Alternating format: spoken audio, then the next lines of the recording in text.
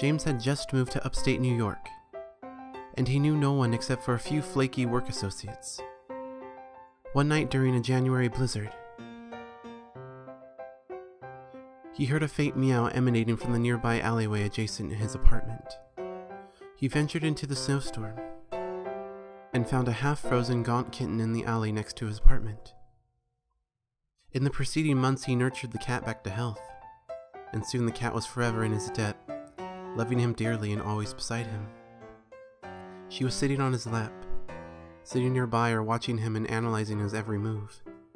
She loved to be petted and relished the opportunity. James named her Siggie, after the famous psychologist Sigmund Freud. One morning while finishing his breakfast, a bird slammed into his apartment window, instantly breaking its neck and falling to the ground below. It startled him momentarily, but he thought little of it, and on his way to work simply dropped the bird into a nearby garbage can in the alley.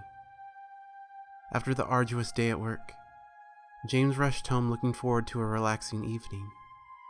He glanced at his apartment window and saw Siggie patiently waiting for him. Below the window he saw a gruesome sight.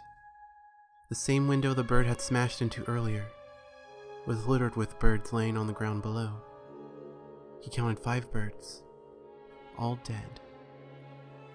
Stunned by the strange probability of so many birds crashing into his window, he decided to close the blinds to decrease the deaths. He picked up a newspaper and scooped the birds into the same garbage can, now holding 6 dead birds. He was greeted by Siggie as he entered his apartment, rubbing against his leg and nuzzling his feet. James bent down and gave her a few pets. He then noticed that Siggie's treats had spilled all over the kitchen floor. He found this strange, but was too tired to care and simply cleaned up the remaining treats. After cleaning, he sat on his couch to watch TV and relax after a long day. On cue, Siggie jumped in his lap and began purring peacefully. He watched the Bulls' Celtic game, and at halftime headed to the bathroom. On the way there, he kicked one of Siggie's toys across the room, thinking Siggie could use the exercise. When he returned from the bathroom, he found Siggie sitting on the couch, only she had the toy in her paw. James sat down next to Siggie, grabbed the toy and tossed it across the room. Siggie looked up at the toy and up at James. James said, "Don't you want your toy, Siggie?" To his surprise, something amazing happened. The toy flew into Siggie's awaiting paws. Dumbstruck, James quickly ran and grabbed his camera and taped Siggie catching the toy from across the room. He didn't know what to do. Should he exploit Siggie's talents for wealth, trekking across the country performing freak shows? Even more intriguing, was she born with telekinetic powers? Or was there something about his apartment that set it off? Why would her trait suddenly appear if she was born with it? Was he likely to acquire telekinetic powers? He decided to sleep on it, and went to bed after hours of filming. James awoke the next morning and went about his morning routine. While brushing his teeth, he felt his left foot twitch, then his left leg, and then his torso followed. He fell on his left side. His arms caught him. He then felt his legs come up from under him, standing on all fours. The door opened, and he saw Siggie gazing lovingly from the couch. He felt his body walk on all fours towards Siggie.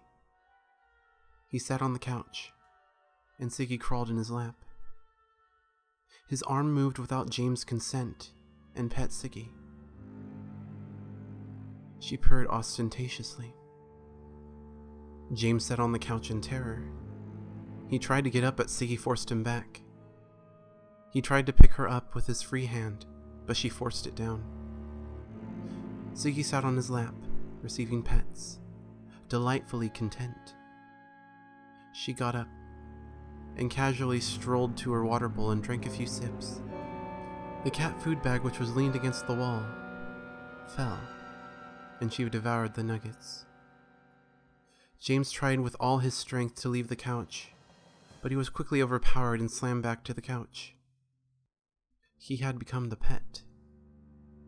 Siggie finished her breakfast and climbed back in James' lap. His hands pet her and scratched behind her ears. She slowly started to fall asleep, and James thought perhaps he could escape if he just did not wake her. He attempted to pick her up, but she awoke and quickly threw him on the couch. Soon she fell back asleep, and he decided he could wait until she used the litter box to escape. While Siggie used the litter box, James executed his plan. He slowly sneaked towards the door, but Siggie saw him, and James helplessly flew back to the couch. Her powers had gotten progressively stronger from the night before. Days passed as James began to feel pressure sores built on his legs. His cell phone ran out of battery with no way to charge it. He ate whenever and whatever Siggie allowed, which was her cat food and water from the bathroom faucet. It was the only way Siggie knew how to get food and water. Soon the cat food, which was previously half empty, ran out, and it dawned on James that he would starve if he didn't escape. In a last effort, James grabbed Siggie's leg and attempted to snap her neck before Siggie awoke.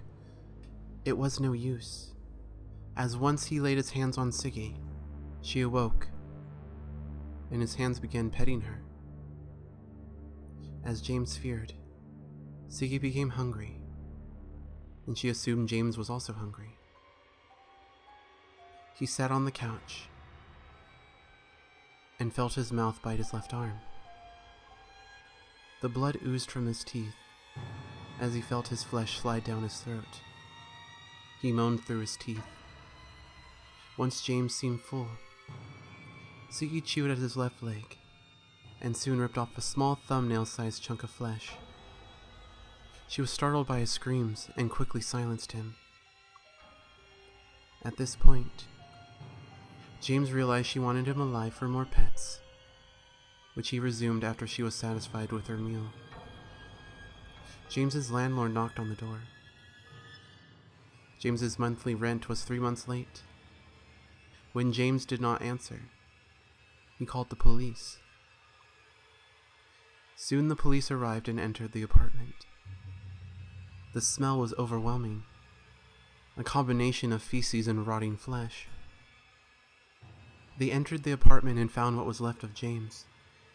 His body was missing large chunks of flesh bitten off his body, with large and small teeth marks. The couch was stained with old brown blood. He had clearly bled out on that couch. The window of his apartment was slightly cracked open. Beneath the window were half-melted paw prints heading off the property.